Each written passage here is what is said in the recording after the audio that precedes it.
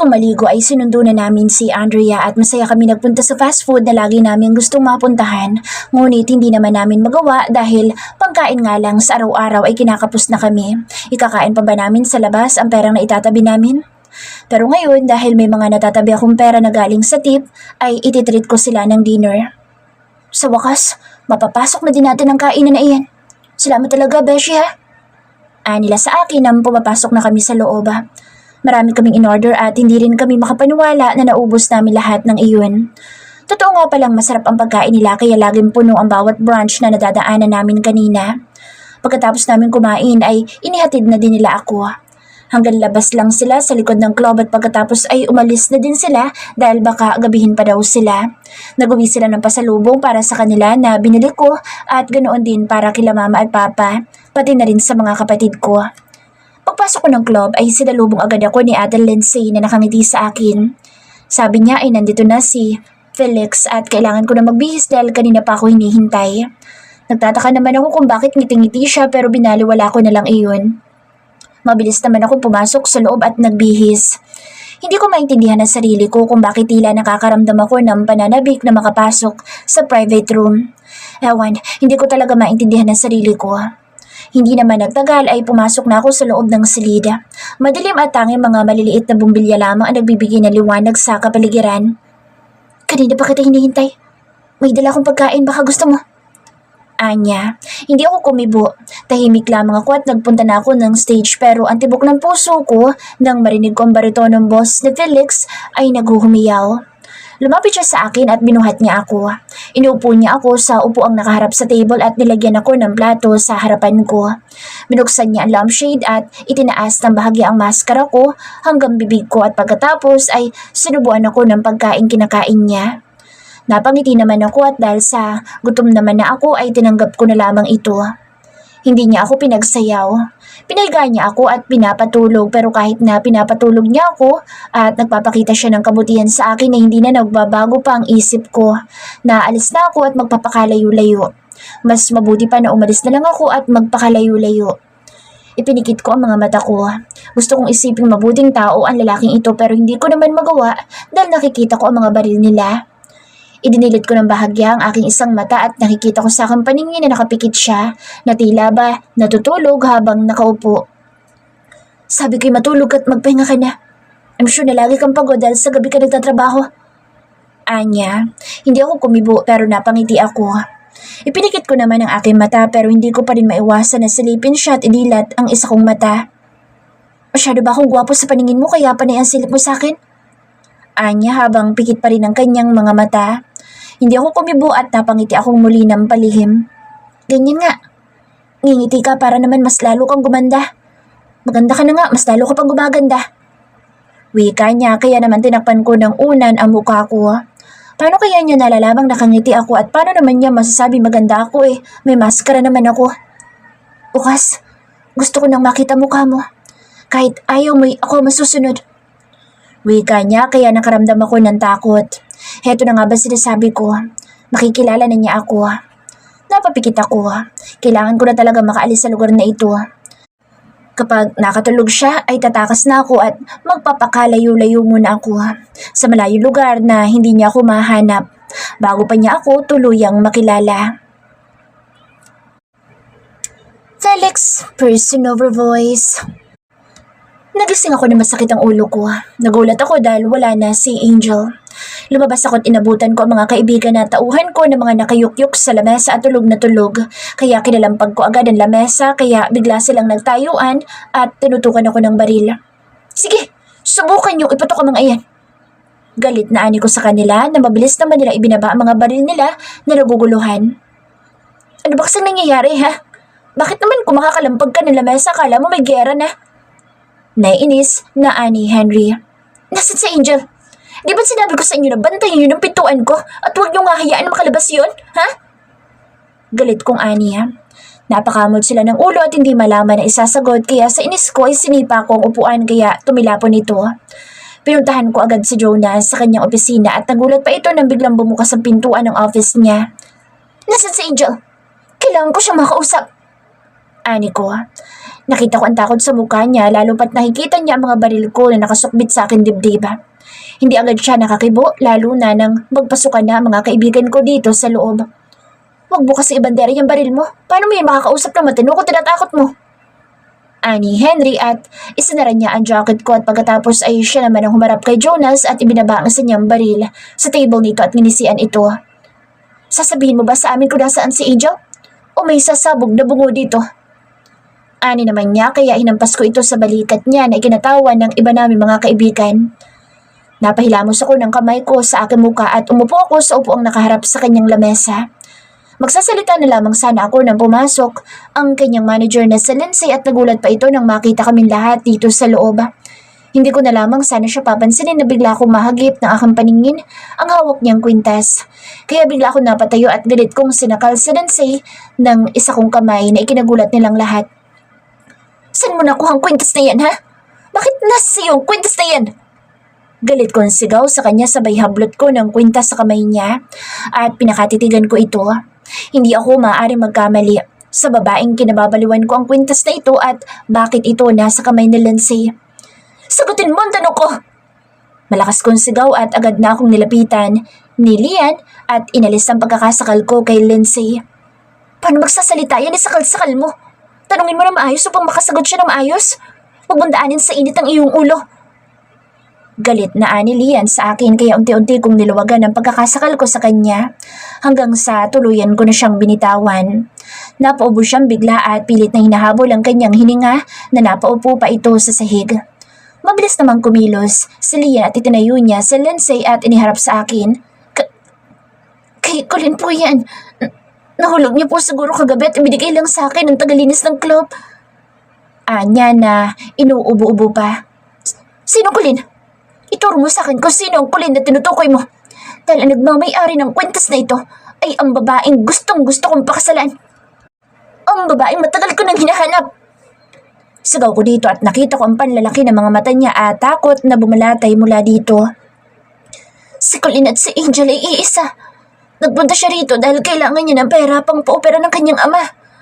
Nangako ako sa kanya na hindi siya mapapahamak dito at walang pwedeng manakit sa kanya o pumilit sa kanya kaya nagtiwala siya sa akin pero dumating ka at... Hindi ko na pinatapos ang sasabihin niya at tumarap akong bigla kay Jonas sabay tutok ko ng baril sa sentido niya. Malakas na sigaw naman ni Lindsay ang maririnig sabay takbo niya kay Jonas at iniharang nito ang katawan niya. Bakit hindi niyo sinabi sa akin? Galit na galit kong sigaw. Hindi naman namin alam na hinahanap po si Colin. Wala din sinabi sa amin si Colin na magkakilala kayo. Aning muli ni Jonas. Sa sobrang galit na nararamdaman ko, itinaas ko ang baril at ilang putok ang pinakawalan ko. Shit! Natakot ko si Colin.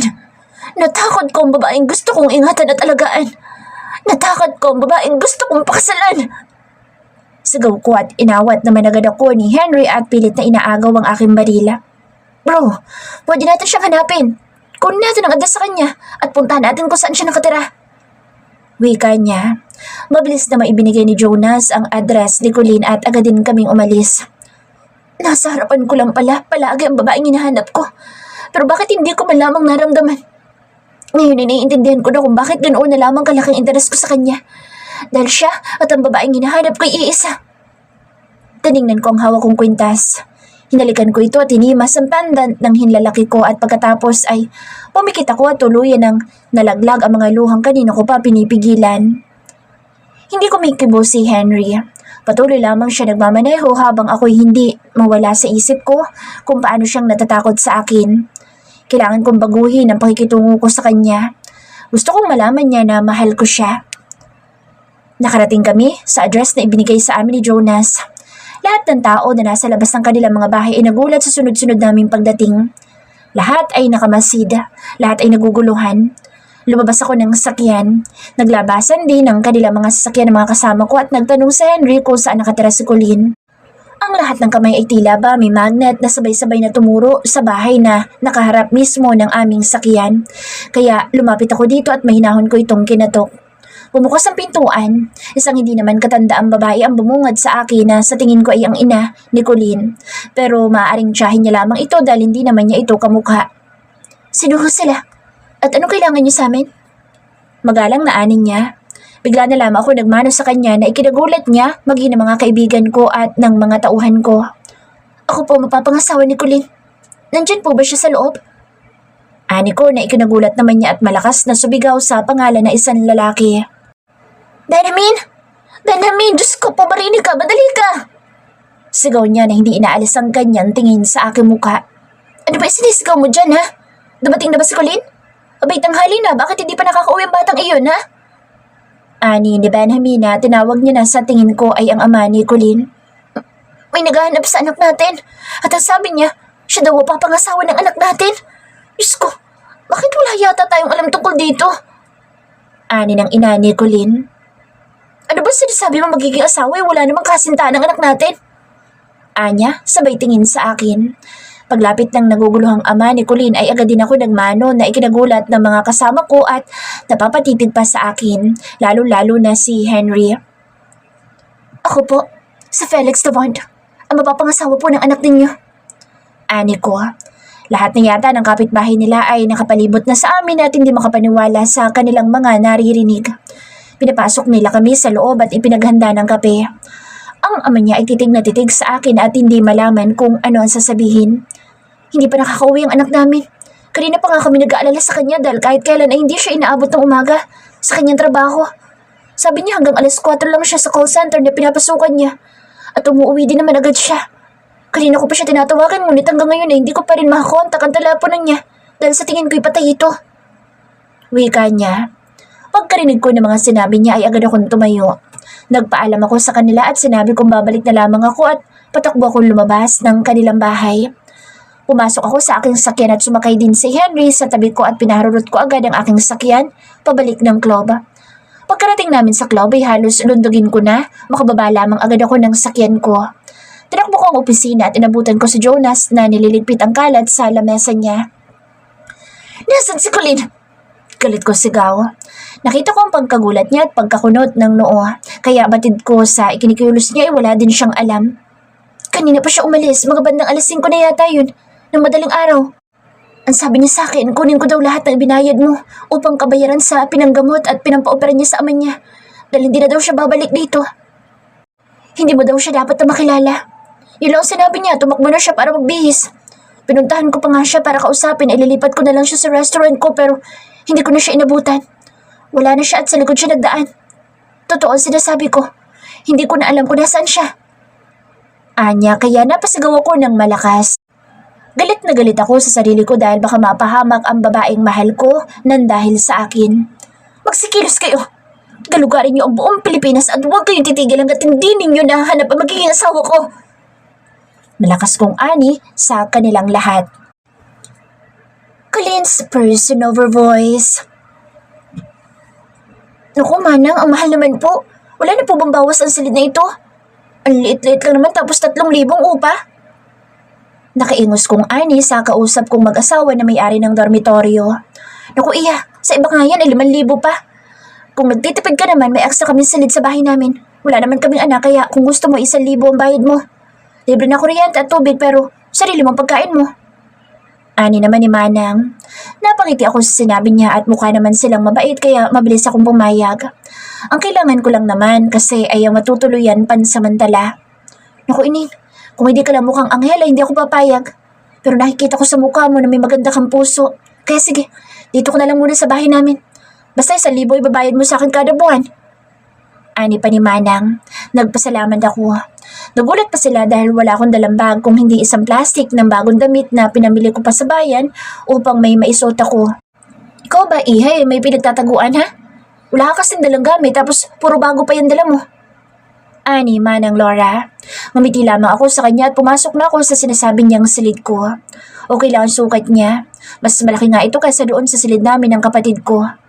Umupo ako sa kama at napangiti ako dahil mukhang magiging komportable ang tulog ko. Ibinaba ko sa ibabaw ng kama ang plastic bag na dala ko at tiniklop ko ang lahat ng damit na binili ko at inilagay ko ito sa cabinet. Manang Laura, salamat po ha. Ani ko. Nanay Laura na lang itawag mo sa akin. Sige na't magpahinga ka na dyan at mukhang wala ka pang tulog. Wika niya at iniwan na ako sa silid ko. Isinara ko ang pintuan at natuwa naman ako dahil may sarili din itong banyo. Nagtungo ako ng banyo upang maligo. Pagkatapos kong maligo ay lumabas na ako ng aking silid. Inabutan ko si Nanay Laura na nagluluto ng pagkain. Napatingin ako sa orasan kong pambisig at mag-aalas 2 na ng hapon kaya napakamot ako ng ulo ko nang nilapitan ko siya. Ngayon pa lang po kayo kakain ng tanghalian? Tanong ko sa kanya. Naku Iha, tapos na kaming kumain. Para sa'yo itong niluluto ko dahil mukha ka pang hindi kumakain ng kahit na ano. Kumakain ka ba nito Iha? Ha? Ginataang tilapia yan na nalagyan ko ng siling labuyo. Wika niya na ikinatuwa ko at nanlaki pa mga mata ko dahil paborito ko nga ang ginataang tilapia. Talaga po? Naku, salamat po. Nagugutom na nga po ako. Ani ko, inutusan niya ako magsandok ng pagkain para sa sarili ko. Habang kumakain ako ay hindi maalis ang pagkakangiti ko. Sobrang sarap naman pala magluto ni Nanay Laura. Masyadong naparami yata ang kain ko dahil naubos ko ang kanin na inilagay ko sa pinggan ko. Pagkatapos kong kumain ay niligpit ko na ang pinagkainan ko, tinugasan ko na rin ang mga kalat sa lababo. Pabalik na sana ako ng aking silid nang makarinig ako ng ingay sa labas at ilang paglagabog ng pintuan kaya nakaramdam ako ng takot at mukhang may mga nagkakagulo pa yata sa labas. Biglang bumukas ang pinto ng bahay at nanlaki ang aking mga mata nang iniluwan ito sa Felix na galit at sumisigaw. Nasaan ang mapapangasawa ko? Ilabas niyo ang mapapangasawa ko! Sigaw niya na ikinagulat ko. Mapapangasawa? Sinong mapapangasawa? Napatingin sila sa akin kaya halos nanlambot ang aking mga tuhod lalo na nang maalala ko na wala akong maskara kaya kitang-kita niya ang pagmumukha ko. Napatras ako nang makita kong halos inisang hakbang lamang niya ang pagitan namin at bigla na lamang niya akong niyakap ng mahigpit na ikinagulat ko. Bitawan mo ako! Sigaw ko dito at itinulak ko ito ng malakas pero hindi naman natinag. Pinag-alala mo ako. Tinakot mo ako. Nagpunta pa ako sa inyo at kinausap ko si nanay at tatay. Nalaman ko sa kanila na hindi ko umuwi. Wika niya. Sinong nanay at tatay ang pinagsasabi ng baliw na ito? Hindi ko alam kung sino sinasabi mong nanay at tatay. Bitawan mo nga ako. Galit ko sigaw sa kanya. Sila Nanay Laura ay naguguluhan na sa nangyayari kaya hindi na rin siya nakatiis at tinanong niya ang manyakis na nakayakap sa akin. Mga iyo, sino ba kayo ha? Bakit kayo sumugod dito? Tanong ni Nanay Laura. Pasensya na po kayo. Sinusundo ko na pong aking asawa. Wika niya kaya mas malakas ko siyang itinulak palayo sa katawan ko. Napaatras ako at nalalaki ang mga mata ko kung sino ba ang tinutukoy niyang asawa niya. Abay, may asawa ka na pala, Ining. Napakabata mo namang mag-asawa. Sus Mariusep. Sige na, at iuwi mo na yung asawa mo. Wika ni Nanay Laura kaya mabilis akong kumontra. Hindi ko po yan asawa. Maniwala kayo sa akin. Malakas kong ani na naiiyak na. Bigla na lamang akong binuhat ni Felix at isinampas sa kanyang balikat na parang isang sakong bigas at nagmamadali lumabas ng bahay. Bitiwan mo ako. Hindi ko po siya asawa. Maniwala kayo sa akin. Umiiyak kong ani sa kanila. Pasensya na po kayo sa asawa ko. Colleen, huwag ka sumigaw, nakakaya sa kanila. Anya, nagulat ako na maging ang pangalan ko ay alam niya.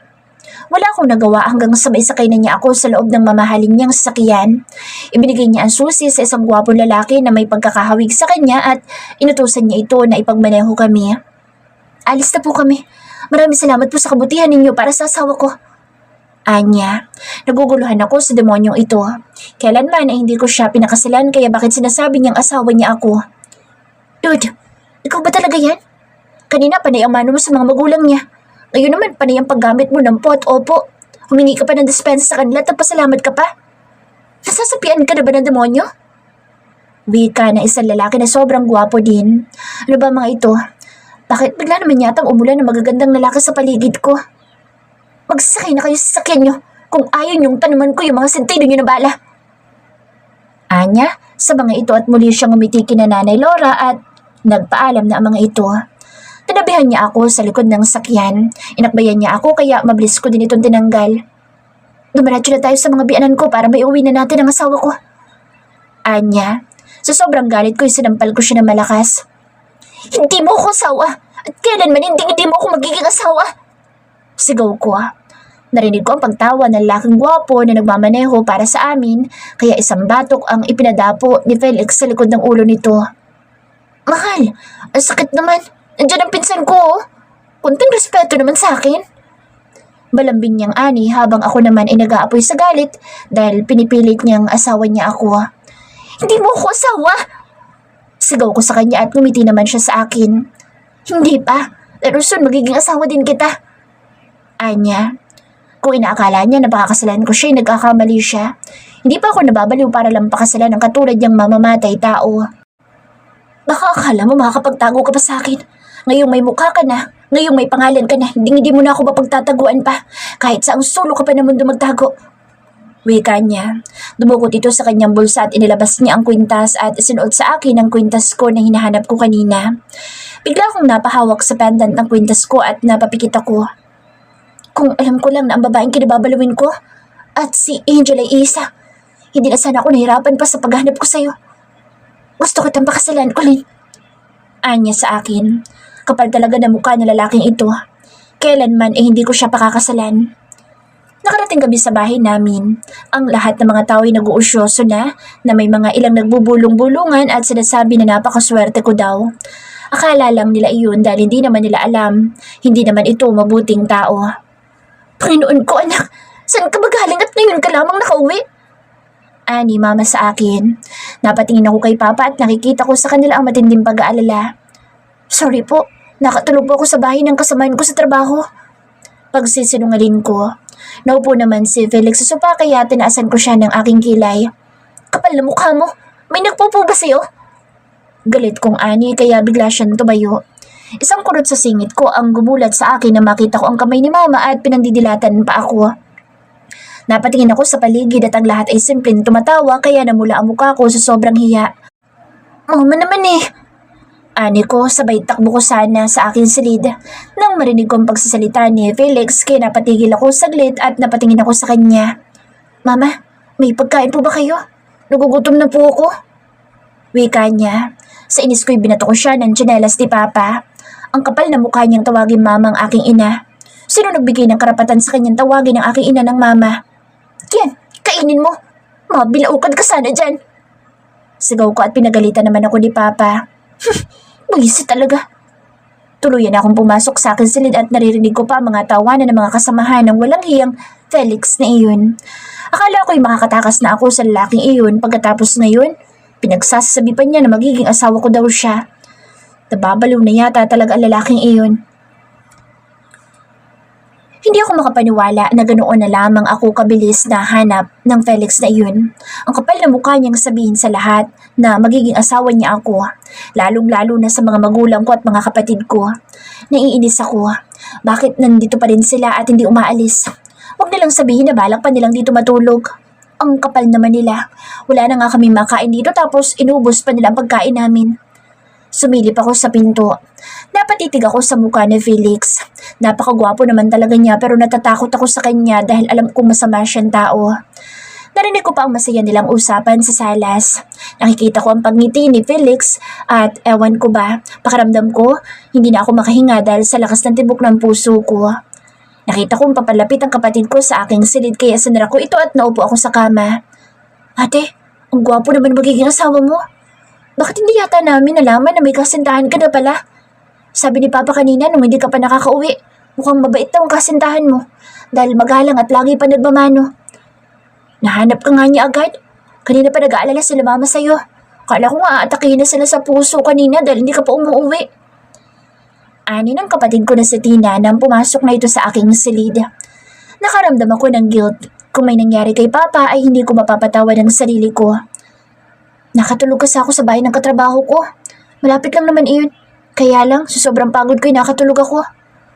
Pagsisinungalin ko, sabay kagat ko sa aking dila. Hilang katok sa pintuan ng silid namin ang pumukaw sa pag-uusap namin ng aking kapatid. Ate, tawag ka ni Papa. Gusto niyang harapin mo yung mga bisita mo, lalo na yung magiging bayaw ko. Ano to, Nina, ikinatawa ko ng paga. Pwede ba? Huwag mo ang tawagin bayaw yun. Hindi ko pakakasalan ng laking yun, no? Galit kong ani. Magsasalita pa sana ako nang biglang pumasok sa Felix sa silid ko na ikinagulat ko. Si Tina naman ay nagmamadali akong iniwan at sumama na kay Tony palabas ng aming silid. Hoy, saan ka pupunta ha? Sigaw ko sa kapatid ko pero sa halip na sagutin ako ay sinarapan nila ang pintuan kaya napaatras ako at dumampot ako ng kahit na ano at iniamba ko sa kanya. Huwag kang lalapit. Kapag lumapit ka masasaktan ka sa akin. Master ako sa karate kaya babalian ko mga buto mo sa oras na lumapit ka sa akin. Kinakabahan kong sabi sa kanya. Aaminin kong nakakaramdam ako ng matinding takot sa kanya. Hindi ko makakalimutan ang ginawa niya sa akin kagabi. Natatakot naman ako sabihin sa mga magulang ko dahil baka may gawin siyang hindi maganda sa mga mahal ko sa buhay. Talaga ba? Patingin nga na isang karate moves mo dyan? Anya na tumatawa ng mahina. Nainis ako kaya isang sipa ang pinakawalan ko sa kanya at ang nais ko sana'y patamaan ng halimaw niyang alaga. Sumigaw pa ako sabay igkas ng paa ko pero bigla akong nawala ng balanse kaya bumagsak ako sa sahig. Una ang pang-upo ko. Aray! Sakit ng balakang ko! Naiyak kong ani habang siya naman ay malakas na tumatawa at kulang na lang ay maihi sa pantalon niya. Kaya! Pangasar pa niya sa akin nang inulit niya ang sinabi ko. Tutulungan niya sana akong tumayo pero tinampal ko lang ang kamay niya. Nagsalubong ang kilay niya at bigla na lang niya akong binuhat at maingat akong inihiga sa kama. Balik nga. Bulong niya at pagkatapos kong marinig ang sinabi niya isang malakas na sipa ang pinaigkas ko na tumama sa kanyang alaga. Isang malakas na sipa ang nagpabagsak sa kanya sa sahig kaya napabaluktot siya habang sapon niyang alaga niya at nakikita ko sa mukha niya ang sakit na nararamdaman niya. Napatakip ako ng dalawang kamay ko sa aking bibig dahil tila ba napuruhan ko yata ang kanyang betlog. Biglang bumukas ng malakas ang pintuan at halos magiba ang silid ko nang lahat ng tauhan niya ay pumasok sa loob at tila ba handang sumugod sa gyera habang ang pinsan niya na hindi ko pa alam ang pangalan ay nasa unahan at nakatutok ang baril sa kung saan. Ang forma ng pagkakatayo nilang lahat ay tila ba handang pumatay anumang oras kaya nakaramdam na naman ako ng matinding takot. Nang marinig ng pinsan niya ang boses ng aking ama na humahangol sa paglapit ay mabilis niyang tinago ang kanyang baril. Mabilis din nilang lapitan si Felix at tinulungan itong tumayo. Sus Mario, Sat Colin! Anong ginawa mo sa mapapangasawa mo, ha? Ani ng aking ama na lumapit sa amin. Nagpapamasahe po ako sa binti. Binulikat po kasi ako tapos medyo nasaktan po ako kaya bigla akong napasipa. Tinamaan ko po ang nilagang itlog kaya sigurado akong bugok na po ngayon ang itlog niya. Wika ko na malakas na ikinatawa ng mga kasama ni Felix. Masamang titing naman ang ibinigay ni Felix sa mga tauhan niya kaya para bang may dumaang anghel at natahimik ang lahat. Hawak pa rin ni Felix ang alaga niya at kita talaga sa mukha niya na nasaktan ito. Naku, bata ka talaga. Alam mo ba na dapat ay hindi yan sinisipa dahil baka hindi kayo magkaanak? Ani ng aking ama. Hindi po ako magpapakasal dyan. Hindi po siyang pinapangarap ko maging asawa at lalong hindi ang magiging ama na magiging mga supling ko. Sagot ko agad sa aking ama. Napatayo si Felix at mabilis na lumapit sa akin kahit na umiika-ika pa. Kanina lang, sabi mo hindi ka na makapaghintay na may kasal tayo. Nagpaplano pa nga tayo kung ilang anak ang gagawin natin. Sabi ko 3 tapos sabi mo 10 kasi mas marami, mas masaya. Wika niya na ikinalaki ng aking mga mata. Sinungaling, di yan totoo. Sigaw ko sa kanya. Natawa ang aking ama at napapailing pa. Ganyan-ganyan kami ng mama mo noon. Kunwari, ayaw-ayaw pa niya. Panay pa ang sigaw sa akin tapos kalaunan o ikakasal na kami. Panay ang gawa sa simbahan dahil nahuli ako ng dating. Nasiraan kasi kami ng sakyan. Alam mo naman si Papa, kakarag-karag ang sakyan kaya ayun. Yun ang nangyari. Natatawang ani ng aking ama. Pero Papa, hindi po totoo ikakasal kami. Hindi ko naman yan mahal at lalong-lalong hindi ko po yan kilala. Wika ko. Natigilan ng aking ama. Napatingin siya kay Felix at sa mga tauhan nito. Napakunot ang noon niya at tinitigan si Felix. Nakita ko ang pagkapa ng isang tauhan niya sa baril niya. Kinabahan ako. Napalurok ako ng laway. Alam kong baril ang nakasukbit sa bewang ng lalaking malapit sa akin. Bigla akong nakaramdam ng takot para sa aking ama lalo na nang itataas na ng lalaki ang suot niyang damit at kukuhanin na ang nakaumbok sa may bewang niya kaya mabilis ako nagsalita. Joke lang, Papa. Upo ka dito, Felix. Masigi mong binti ko at masakit pa. Ani ko na ikinalingon sa akin ni Felix at may malaking ngiti ang sumilay sa kanyang labi. Si Papa naman ay napakamot ng ulo sa akin at natuwa ng mahina. Pagpasensyahan mo ng anak ko, Felix. At talagang pala biro iyan. Ani ng aking ama. Napatingin ako sa lalaki may kukunin baril sa kanyang bawang at laking gulat ko nang hinugot niya ito. Bumagsak ang balikat ko na makita kong isang hairbrush ito at ipinangsuklay sa buhok niyang medyo kulot. Hindi mo pa rin pala binabalik ang brush, Dalian? Tanong ng pinsan ni Felix na lalaki. Hindi pa kami nagkikita kanina. Babalik ko nga sana pero ito ang nangyari kaya bitbit ko kahit saan ako magpunta. Wika niya. Sa inis ko'y inalis ko ang kamay ni Felix na nakahawak sa binti ko at pinalisikan ko siya ng mga mata. Hindi pa ba kayo uuwi? Hating gabi na tulog ng mama ko. Nakakastorbo na kayo. Inis kong ani. Kumampas ang kamay ni Felix kaya lahat sila maliban sa aking ama ay lumabas na ng aking silid. O siya, yung tutulugan niyo ay inayos na nito ni sa salas. Pasensya na kayo at kulang ang silid namin dito. Maliit lamang ang aming bahay kaya wala akong may aalok na maayos na tulugan ninyo. Ani Papa na ikinagulat ko.